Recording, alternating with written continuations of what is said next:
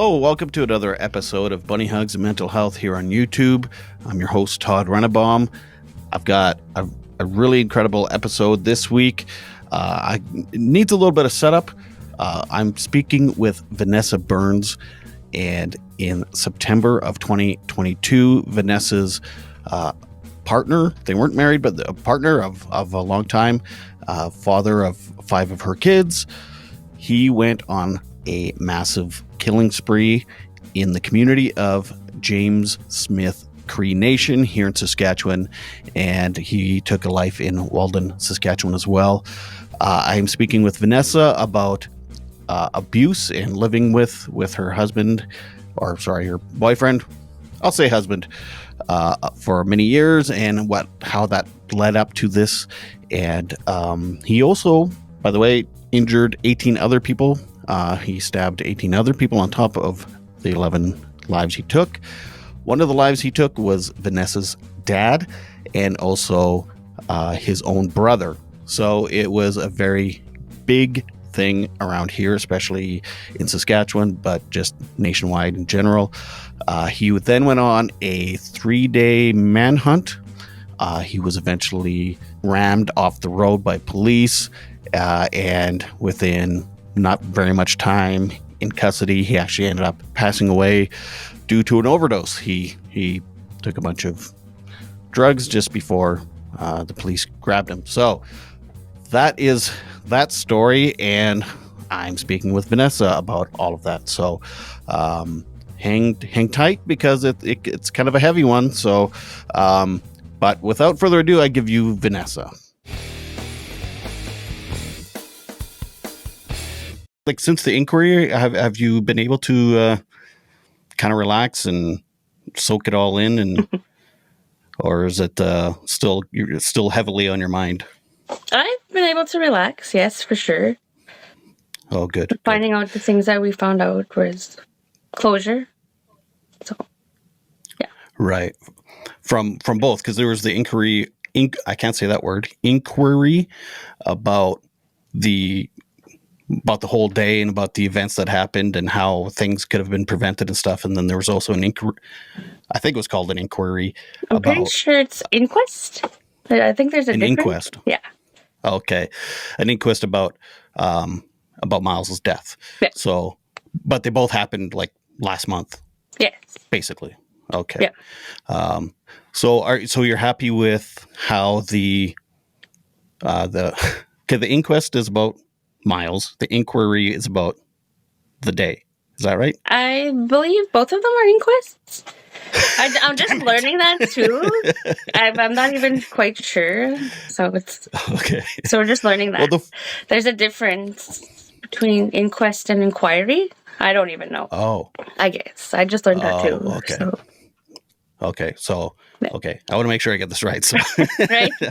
So the first inquest about stuff that could have been prevented and about the day and everything that went wrong. Are you happy with the recommendations? Was it a jury? I think it's a jury that made the decisions. Yeah, they were pretty good recommendations. It just depends on the agencies, I guess, if they think they need more work. Right. But the RC and PIC are really trying, like, on their part with these recommendations. Yeah, especially the domestic violence part. Like, I'm pretty sure they're, like, cracking down on repeat offenders. I read someplace. I read that. Yeah. Yeah.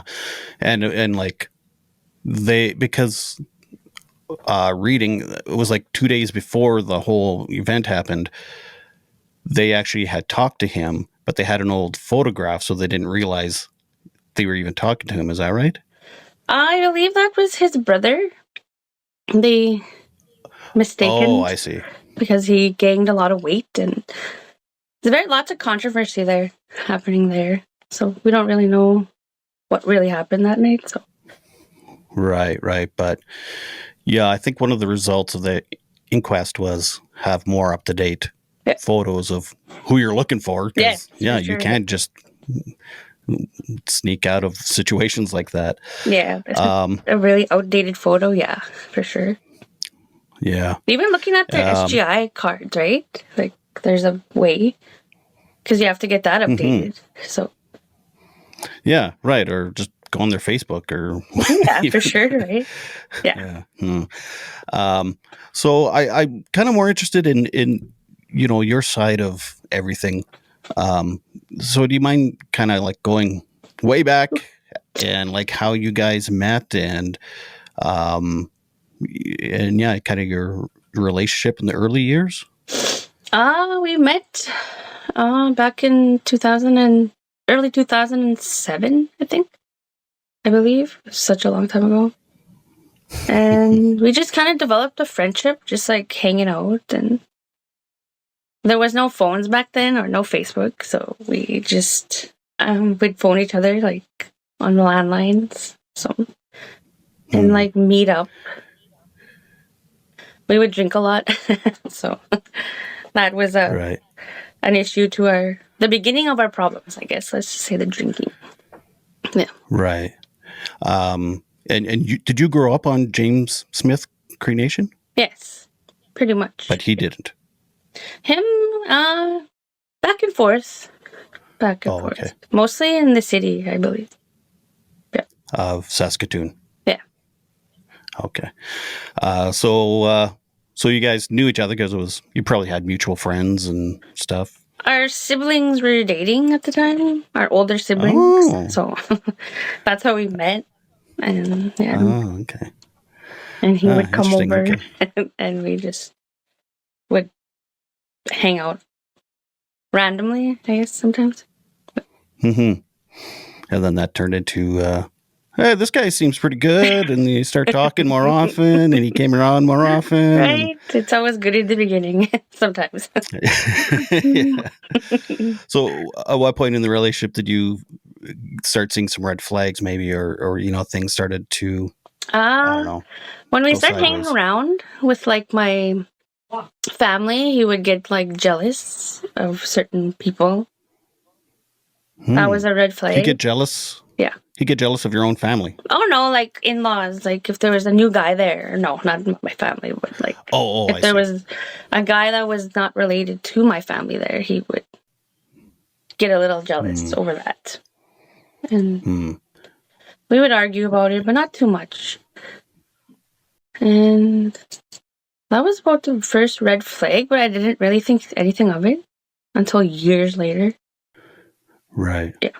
Yeah, when you're young and dating and immature, I mean, people are jealous and do stupid shit. I know I did stupid shit when I was first dating my wife. It was like, oh my God, we were just dumb kids. But at what point did you start to actually like get scared of some of his behavior? Was there an incident, like an incident that happened that you were like, oh, this is... Yeah, he would get a little violent a couple months after. Well, not really extremely violent, like just say he would push me or I don't even know how to say it, push me down or stuff like that. And and then it started occurring when we would drink. Like he would get violent when we would drink. So then I thought maybe it's just the drinking, right? And then it kind of started happening when we were sober. And I didn't know what to think. I guess I was just a little ashamed, like, and surprised, like, that it happened to me in the beginning. So I just kind of kept quiet about it. Acted like it was nothing. Yeah. Right. And was that kind of behavior, like where you kind of grew up around some of that behavior, so it didn't seem completely abnormal to you? No, I didn't grow up in that kind of behavior. Like my parents weren't like that. So, but my dad was kind of like a disciplined kind of person. Like, so he was a little hard on, like when we get into trouble, we get a spank. I don't know if I can put that out there, but, or like we'd get yelled Sure, at. I was spanked. Right?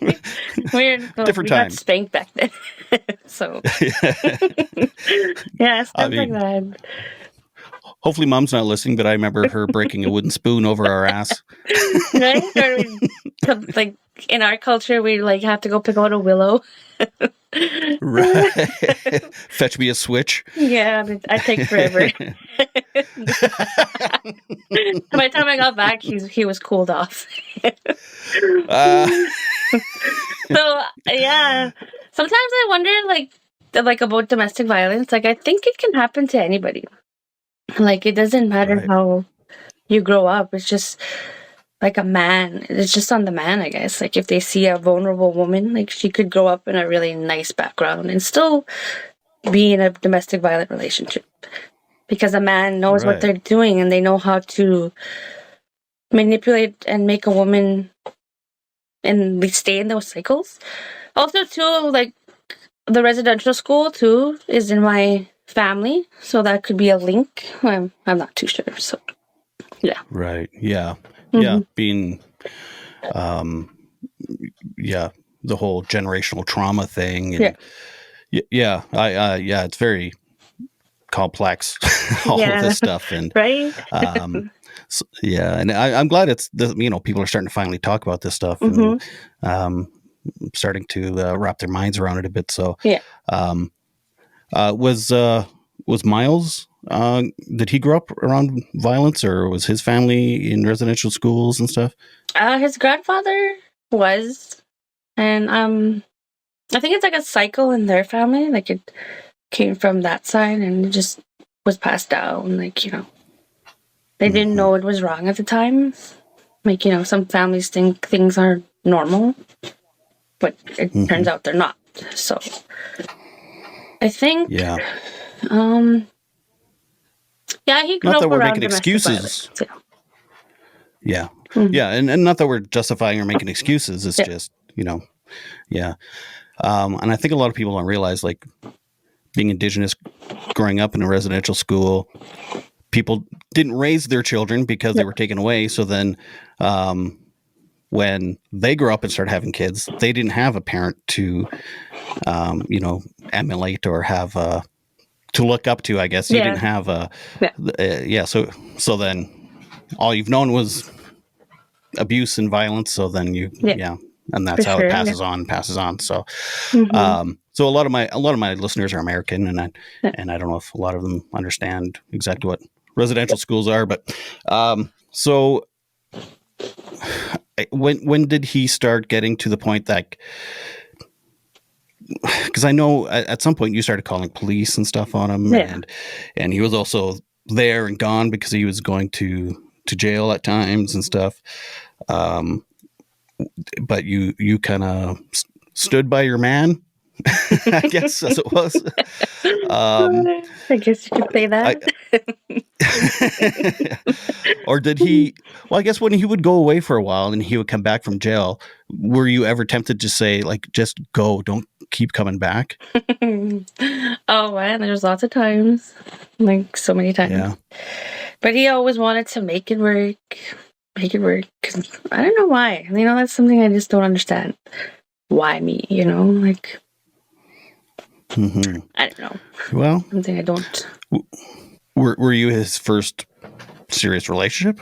Like, you guys were pretty young when you got together? I would say his second.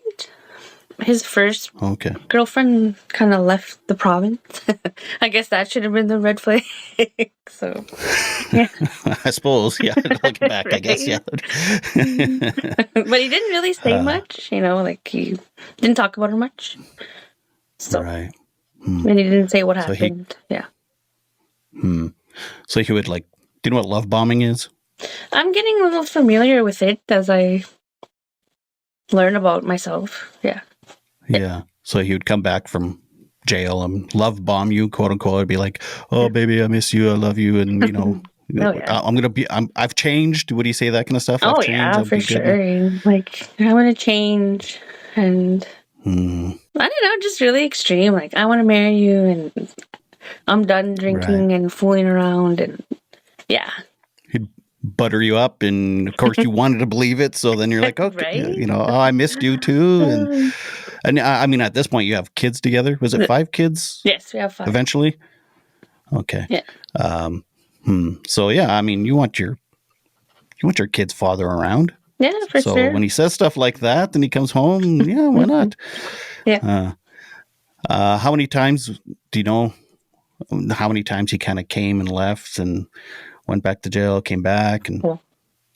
There was a lot of times. I can't even count. I don't even know. Did you have? Was there family or friends that would be like, "What the hell are you doing, Vanessa? Why do you keep doing this? Why do you keep bringing him back?" There's a few of even his family that warned me about him, like his granny, his late granny, and his brother, one of his brothers, his older brother, the one that was dating my sister. But I didn't listen, of course. No, that must have been tough. Yeah. Yeah, and this is what, like you said, you don't need a history of abuse. I mean, if you fall in love and you have kids and you want to believe the person you're in love with is a good person and they keep making promises, and for sure. it's a slow process too, right? It's not like just overnight he was how he was, but a very slow process. So then it's like they just know how to, I don't know, get somebody, I guess. They just they know how to play somebody's emotions and keep them coming back. And also lowering your self-esteem at the same time. So you really don't think you're good enough because that's what they make you believe. So, yeah. And then he also would still instill fear in me. Like if I ever moved on, he would threaten my life or whoever I moved on with life. So I think that's serious. I don't know. I just was scared of that. Yeah. It's almost like there's a term, I can't say that word either. Coercive control. Have you heard that term? Yeah. It's kind of like cult leaders do the same thing. They love bomb you and make you feel wanted and seen, and then they manipulate you and take advantage of you and make it so scary to think you can't have them in your life and threaten you with things. And it's, I mean, lots of people, it can happen to anybody, like you said. Yeah.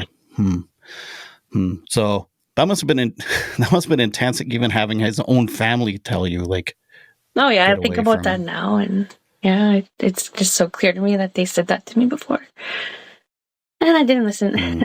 And this is here we are today. So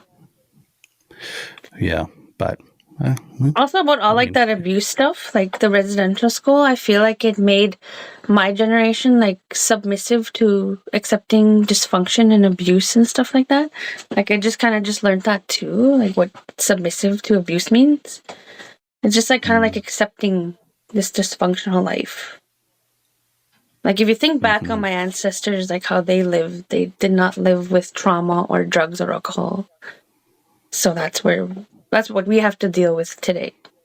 So it's hard. And I suppose, and so then, is there kind of shame behind that? Because like if I was manipulated, doesn't matter how manipulated in however way, once it comes out in the wash that I had been manipulated, like you feel like, oh my God, I can't believe I did that.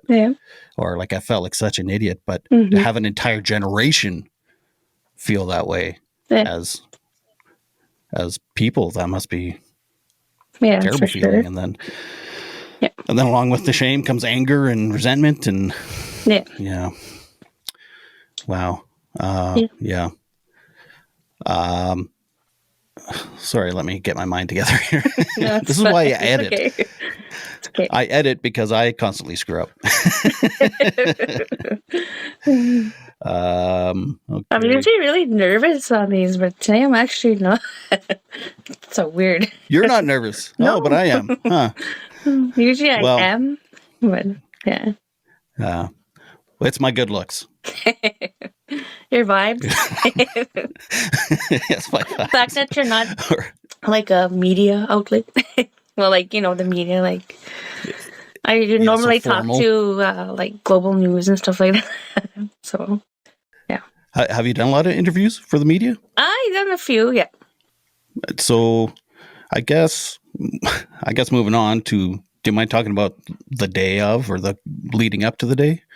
Not if not like I can't discuss too much. Yeah, so I don't mind. No, Okay. it's not too graphic. Yeah.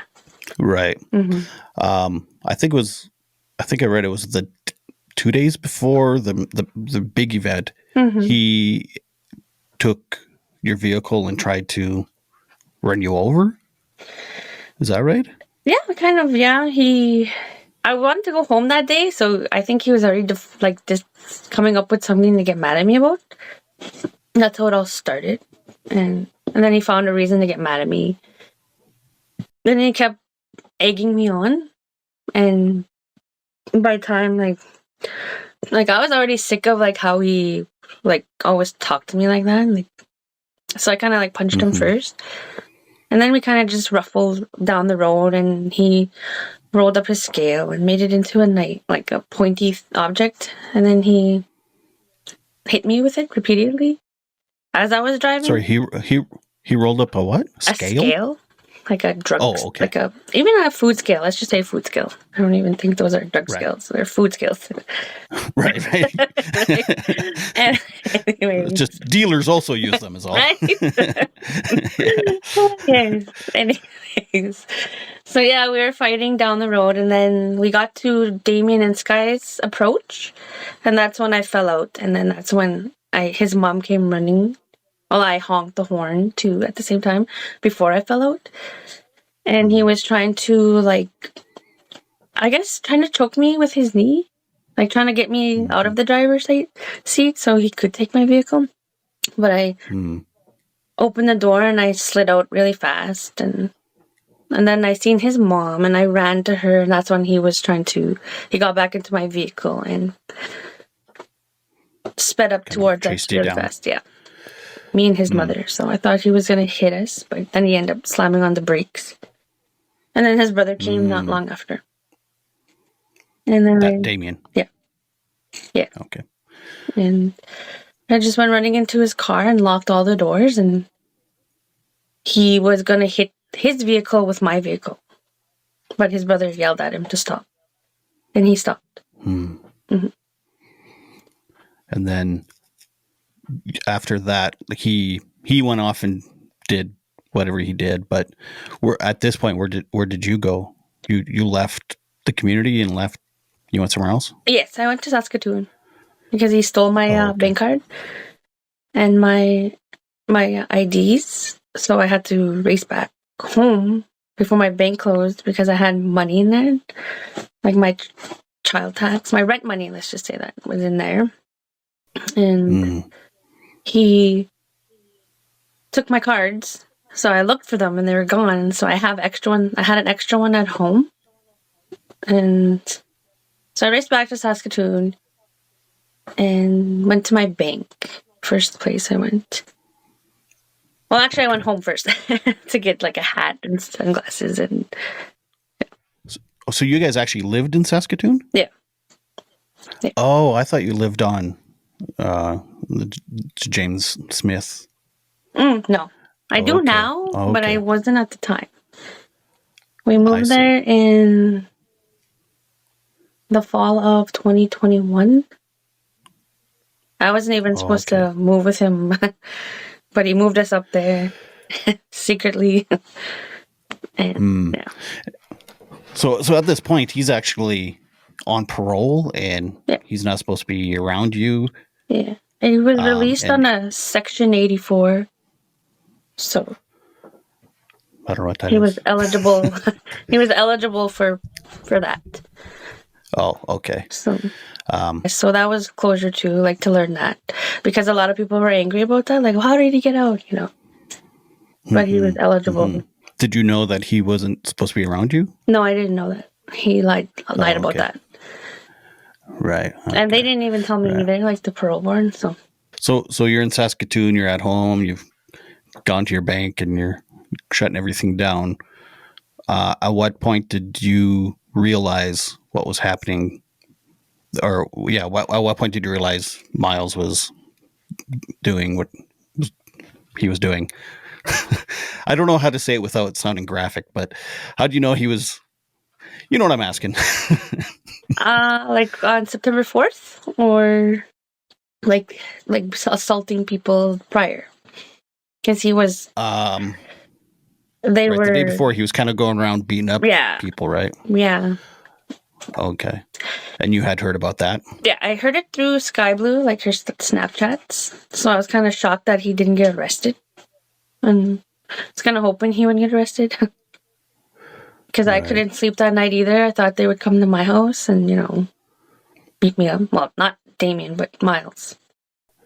Right. There was going to be a bunch of drama and a bunch of shit. Yeah. Well, and a lot of the people that he abused, like your last name Burns, that's a very prominent name on the reserve. Mm-hmm. And so were you related to a lot of these people that? Like distant. Okay. Like our grandparents were related. Gotcha. I guess. Okay. Yeah. Like our grandparents were cousins, and there's a lot of people that carry the Burns name here, so I think we're pretty much all related. Yeah. Right. So now, right. Yeah, right. Yeah. Okay. So then, you heard he was beating up people. You're worried he was going to come home, do something. I mean, you've been with him for quite a while at this point, and you knew he would come home and be violent with you. Yeah. And the whole reason he was out there was he was selling drugs. Is that right? Is that kind of the reason why he went out? Part of the reason. I believe not. Okay. Like, I think he was planning this. I think he had this plan. That's my belief. Because he didn't really care about the drug money or nothing. Like, don't you think he would have cared about that stuff? And then during the inquest, they learned that he had, like, some pretty good stuff, and why waste that, Like the way he went out, the way he did. Right. So you think before he even came out there, he had planned to... Yeah. Oh, so why'd you think that? Well... I mean, you didn't think about it until afterwards, I guess, but... Oh, for sure. Well, I didn't really figure it out until after, because just the way he was acting during those times, he would be acting really nervous and quiet. And it got to a point where he was trying to tell me something, but he couldn't tell me it. And I was just like, but I forgot about it later. So I didn't really care to ask. Because I just know Myles, and he talks crazy a lot. Like, that was just what I knew about Myles. That he liked to talk like a tough guy, So things like that were just natural for me when he talked crazy. So, and then also learning what Sky Blue said, like when a month prior, probably July or June, he was going down to the reserve because we broke up from May to August. That's how long I didn't see him for. And I guess he was coming down here and talking crazy, she said. Like, this was before the tragedy. This was like in July. He was talking crazy, saying that he was going to kill me. But they were also drinking too, so I don't know. I didn't think anything of it until, I guess, now that I think back on it, like, he didn't really care about the sales and the dealing. Maybe he was planning, like that's... Right. And I mean, you've heard him threaten you before, so that was no big... Yeah. It wasn't like... that coercive control, so, yeah. So you kind of brushed that off and thought, well, whatever, but... Yeah, you said this before, you didn't do it, so... the thing. Yeah, it's always afterwards that you can look back and think, okay, it was a little bit... he was different, even though he's done this kind of talk and stuff before, it was different. Yeah. Interesting. Sure. So when did you find out that he was actually going around and, like, taking lives? It wasn't until September 4th, about 8 a.m. I stayed up late that night, obviously, worried. And then I fell asleep, and then I woke up, checked my phone, and my son called me repeatedly. And also, there was a text saying that my dad tried to kill me. And I just knew right then, like, oh my God, So I phoned him And then I also phoned my mom at the same time because he told me what all happened. So I was kind of in shock. I was like, no way. So I had to phone my mom, and my sister answered the phone. And my sister told me again what happened. And then at that time, I only just thought it was my father and chicken, because that's all she said. And that's all we knew. Well, that's Christian head. We call him chicken. And that's all I knew at that time. But I didn't know until later about the rest. Yeah. Okay.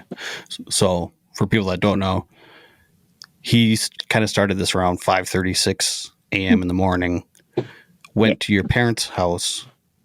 Your son was there, and he attacked your parents and your son. And then that's why your son was obviously texting you and stuff. Yeah. Man. So what was going through your head when you found out that he had taken your father's life and that? Oh, I didn't find out yet because he was gone on his bus. So right. I was just thinking all kinds of thoughts, but I was like so worried about my dad. We didn't find out until 20 minutes after. I was on the phone with her. What was going on through my head was, I have to get out of here because what if he's coming here? That's what I thought. So I had to get my kids up. Like I just yelled for them to get up, and then the alert started coming on. So that's when they were like, "What's going on?" And we all kind of panicked, and we all got in the car. I was like, "Just grab anything, whatever your stuff, fast." And they grabbed whatever they could. And they're like, "What's going on? What's going on?" I didn't tell them until we got in the car, till we're all settled in there and locked. I locked everything, and then I just sat there for a little bit, and then I just thought, like, where am I supposed to go? Like, I have nowhere to go. I was like, he attacked my parents' house. I don't want to go to the reserve because he's down there. Like, what if he attacks our car and, like, my kids are in here, you know? Like, he knows how my vehicle looks. So, that's what was going through my head. Like, just complete panic. Yeah. So where did you end up going? Over to my cousin's house. They ended up pulling up shortly after. And for a second, I thought that was Myles because they said he was in a white SUV. So I was so scared. I thought that was him. But I looked and it was my cousin's. And I was relieved. And we went to a Tim Hortons at first. And we grabbed coffee. And then we went back to her house. Not a sponsor. Great coffee, though. Oh, sorry. Sorry. No, that's yeah. That's where I kind of found out. I'm such a smart ass. Even during serious conversions, I can't help it. No, it's okay. It's cool. Laughter is the best medicine.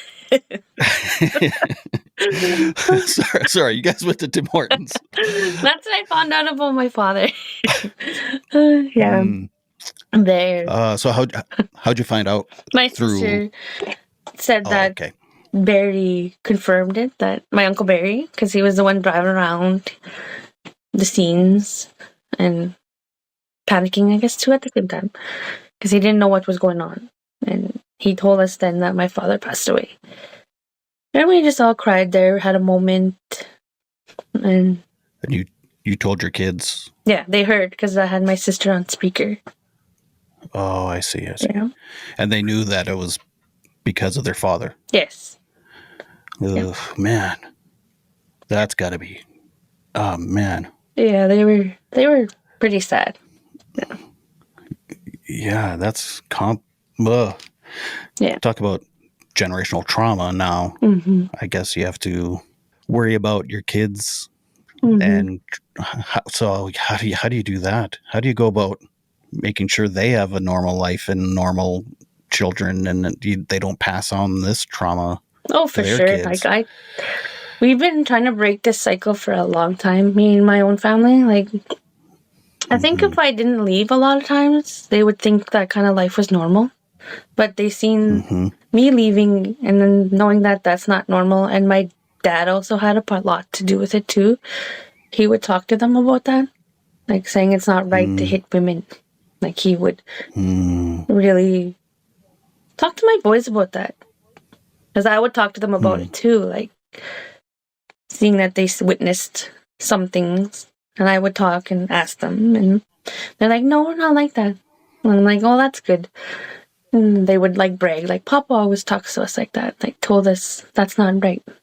So, Wow, yeah, good. Yeah, he was that's a big nice. help with, helping me When break did you break that cycle? Yeah. Yeah.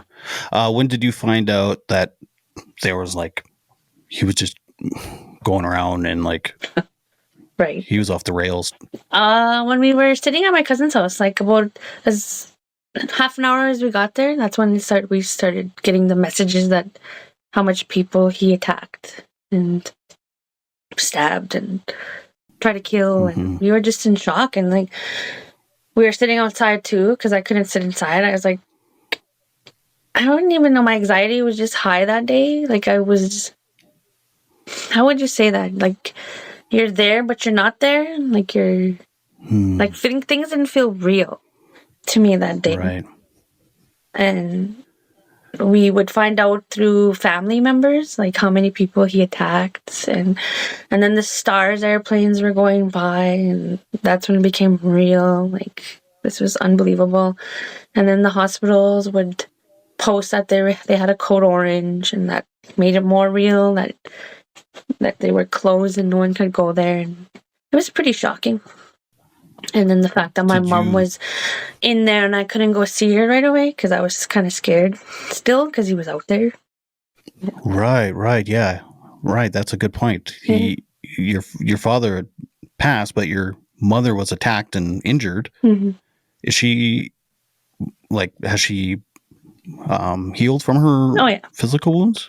Yeah. Okay. She still has a little health concern, but other than that, she's getting better and healthier and stronger. Yeah. But she's still like, adjusting without my father. So you can just feel it. You can tell she misses him so much. Yeah. Right. Well, we all do. And there must be. Yeah, he seems like a very nice man from what I've read and heard and stuff. Not that I did, hope.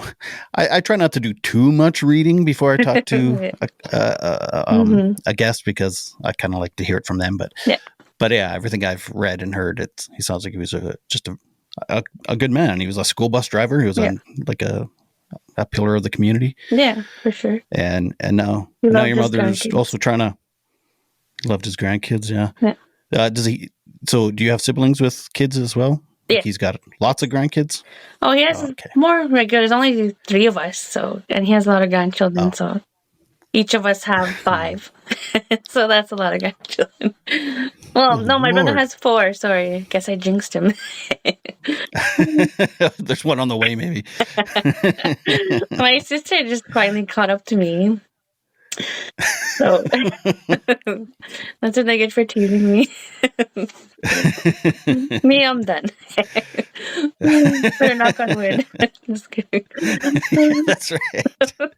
Yeah, you better get a procedure done just in case. Yeah. It's crazy. I practically raised them alone. Yeah. Yeah. God, and now your mom has to also, not just physical wounds, there's the trauma of like she was there and she saw it. Yeah. Oh man. Oh, my niece was also in here as well. My sister's daughter. So my dad pretty much saved them. He saved all of them. Because if he didn't do what he did, I think Myles wouldn't have stopped in here. Yeah. Right. So you could have lost your mother and the kids, a niece. Because so what did it just seems like he didn't have he wouldn't care who he stabbed. He even stabbed a youth. So that's what kind of sits in my mind too. Like if my dad didn't do what he did, Myles would have just left everybody in this house dead. So what did your dad do? He fought him off, or? Okay, they were fighting, and then I don't know exactly. We don't know what happened between him and Myles. It's between them, but what we figure is my dad fell, and Myles seen my mom because he thought he stabbed her. He thought he let her go, but he seen that she was alive, so he went chased her up the stairs. And then he went into the room and he stabbed her a couple times. And my dad went running outside into his bus, and he started up his bus, and then Myles heard the bus, and he thought that was somebody coming, so Myles took off. Oh. So why did your dad start the bus? I don't know. For that reason? He chased him anyway after Myles drove off.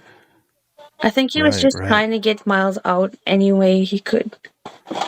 I'm not sure if I could reveal like how many times my dad was stabbed, but he was stabbed a lot.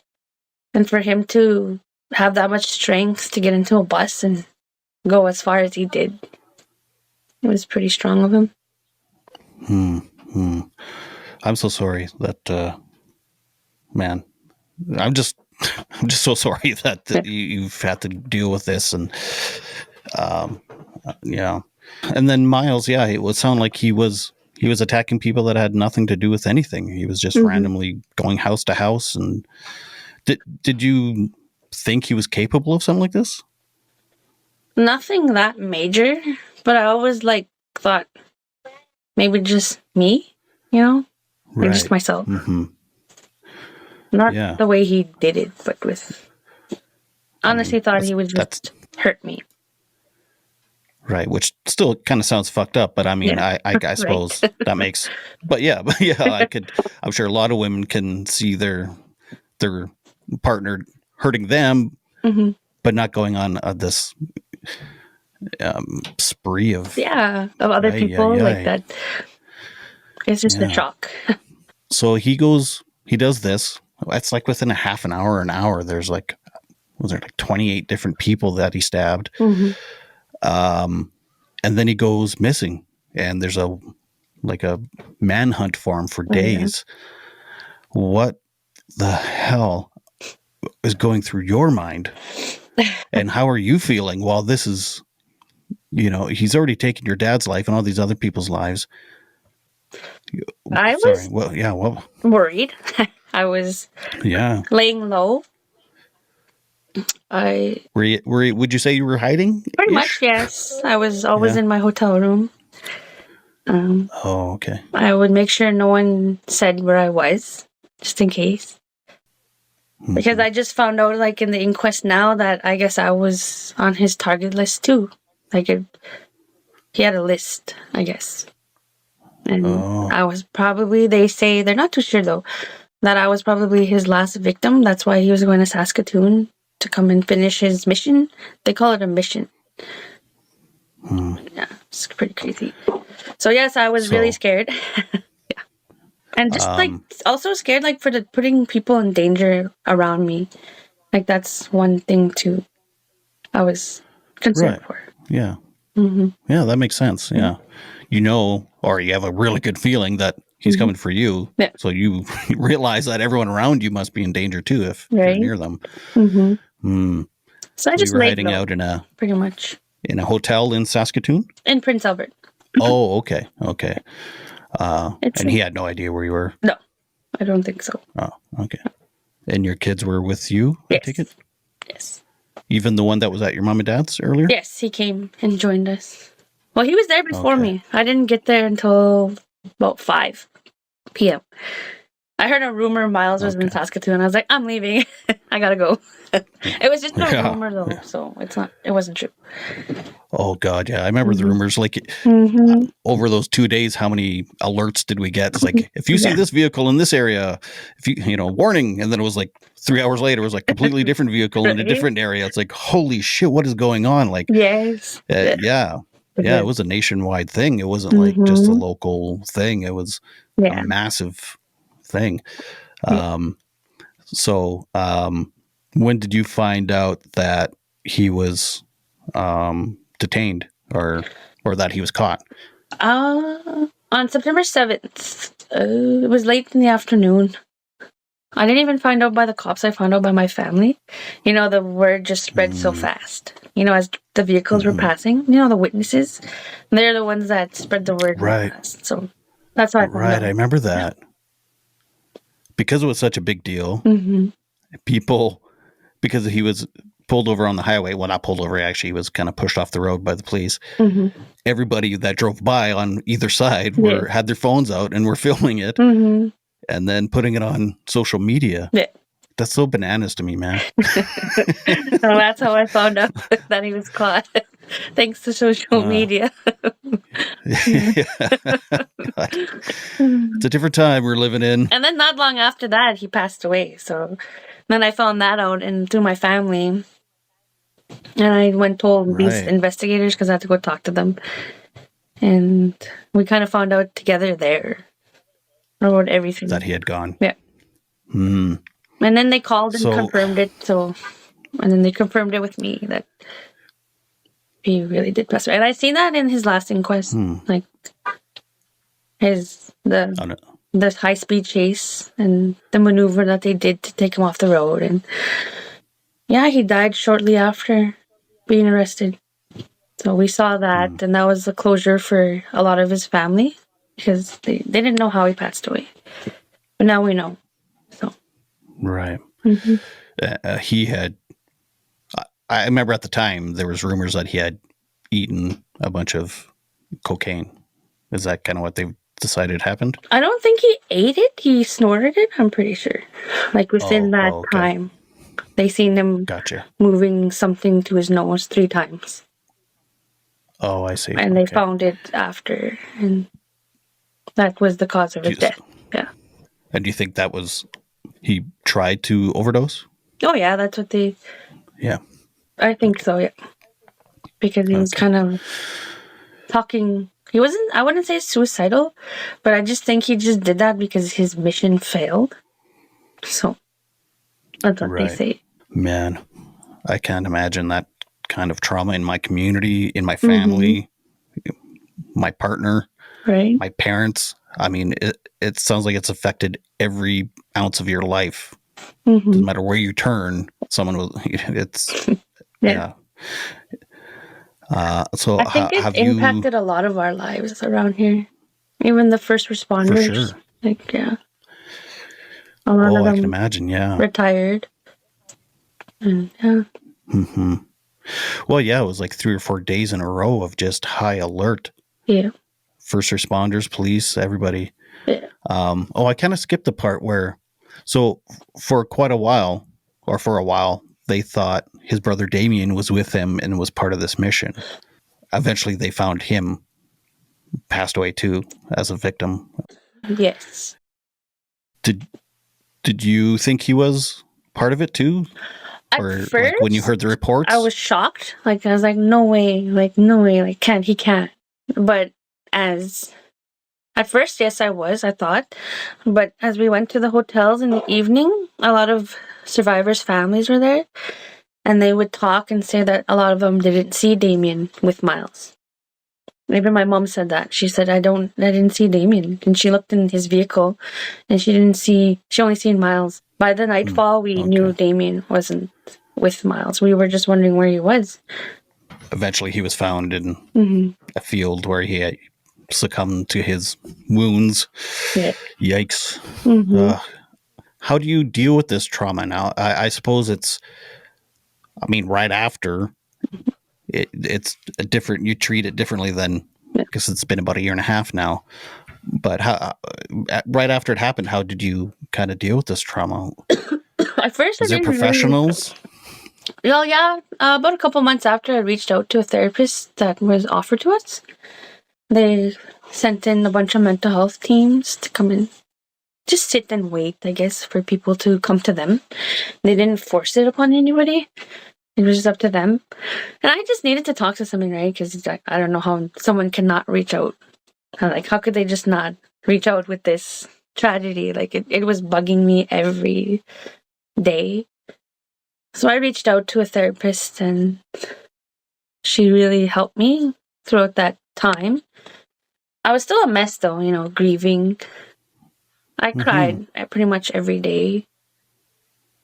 Did you grieve for Myles too? Because that must have been very complicated. It's like, here's the father of my children, someone I loved, but he also caused this horrible shit. Oh yeah, I was in there too. It was just mixed emotions for him. And yeah, I was grieving him, and Damien too was also a good friend of mine. Like, he's a godfather to a couple of my children, and I always talk to him in Sky. So Who's Sky? That's his wife, Damien's wife. Oh, okay. And she passed too? No, she's around. Oh, okay. She's grieving him too. She's not doing so good. I just pray for her. That's all I can do. Has there been like elders and like your cult, the community and your culture? Have they kind of been a help? Yes, they've been coming out here. That's how I got back into sweat lodges. I haven't went into one since they came here right after the tragedy. In the fall time, they would gather, and it's up to them if they wanted to take part. And I did, because, why not? I need to reach out. That's what really helped me get through this, is helping me get through this tragedy, is reaching out. I took some programs too that helped me realize a lot of things. Your kids too, My kid? I still don't know how to help them. But so far there's days they don't want to go to school because their grandfather was a bus driver, so they're really grieving him, and then they had to deal with bullies, like, because that's their father, right? And kids would bring it up, and so brutal. And my oldest has been reaching out too. I talk to him a lot, make sure that he's reaching out, and he's had a lot of support. There's a land-based team out here that helps him a lot. And I feel like that's really helped him too, because he's been taking it since he was about 10, and he's 15 now. And he knows how to help around the house. Like, he knows how to go in the garden and get us vegetables, like stuff like that. And he loves to fish. And yeah, I guess it's hard to say. They might not heal from this until they're in their 40s or something, and it's gonna be a long road, and it's gonna be a lot of work, and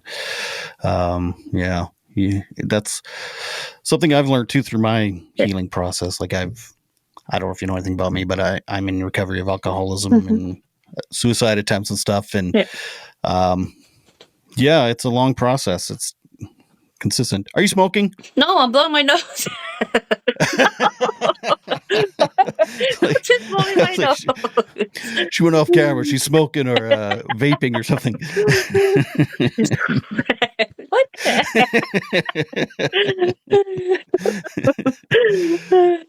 Is this TikTok? You have to do it off camera or you'll get kicked off. Good one.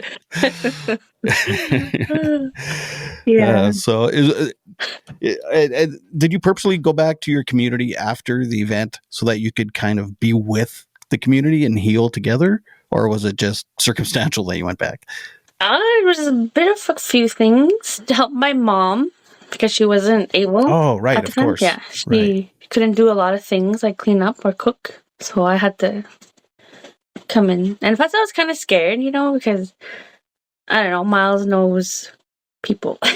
And I don't know what he was capable of doing. Like, if he's capable of doing that, what else is he capable of? I was just kind of like on hypervigilance, is that what you call it? Like, feeling like I was going to get attacked again. And I still kind of live like that. So, and then, that constant fight or flight mode, they call it, or whatever. And in a way to, I guess, heal with my community. But it's just up to them, eh? So there's just a few of us that want to be sober. They want to live a sober life. And there's some that are just, maybe one day they'll find their way. So you've been sober since the event? Yeah. Well, not quite. I kind of relapsed a few times. But it made me realize that I don't want to go down that road again. It's not easy, man. I'm just over 7 years sober. Nice. Congratulations. Yeah, thanks. It took a lot of fucking up to come to the realization that, maybe it's the alcohol. Yeah. And I know that's like alcoholism's now it's drug use even too. It's a big thing in Indigenous culture now. It's like, I don't know how or why or whatever, but Yeah, and then gangs, and like when I was younger, it was alcoholism, and now it's like meth and fentanyl and everything else, and fucking people are dropping like flies. Mm-hmm. Or even just living like that gang life, like your life is cut in half. From what I see. Yeah. Was Myles in a gang? No. Was he a gang member? No. But I've known a lot of people that, like in younger generations, I noticed, are leaning towards the gang life. Yeah. Right. There's that acceptance, that connection, but So it's almost like a cult too. It's like they love bomb you and pump your tires up, and then you come in there and and they'll end your life for a Weasley $200. Just kidding. Yeah, but it's true though. It's true. So be diligent. Keep your kids out of gangs. Yep. And the drugs. It's your 15-year-old. Stay away from drugs. Yeah. Keep your 15-year-old pulling vegetables as opposed to pulling drugs. I don't know. Do you pull drugs? I don't know. I wish it was that easy. Oh yeah. Be like me, kids. Stay sober. Yeah. Or like us. I mean. Yeah. Alcohol's not fun. No. I mean, it kind of was for a while, but I don't lie. But no, I'm going to cut that out. The party's over. That's right.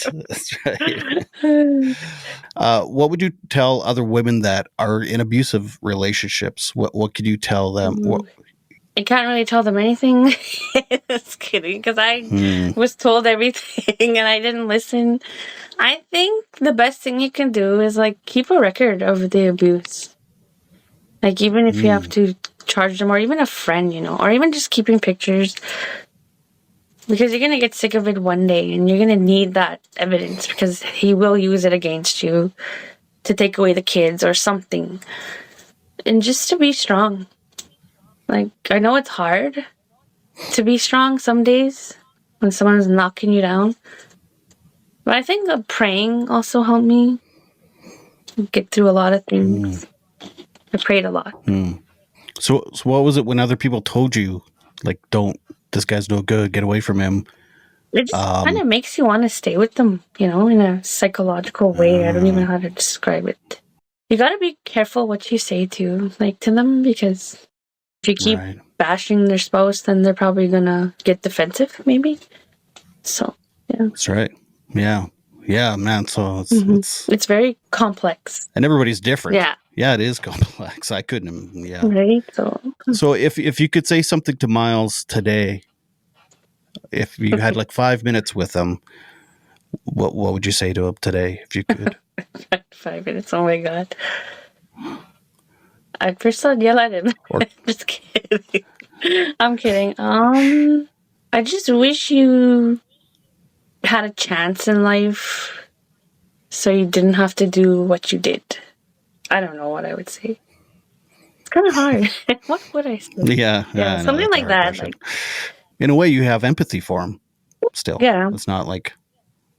Yeah, because they say he wasn't born a killer. He was just, I guess, his childhood really had something to do with it, like the neglect and lack of stability, a lot of things. And that's one thing too I learned in this inquest, like just to love your children, that's how you're gonna break these cycles. If you just love them and listen to them, it's gonna go a long way.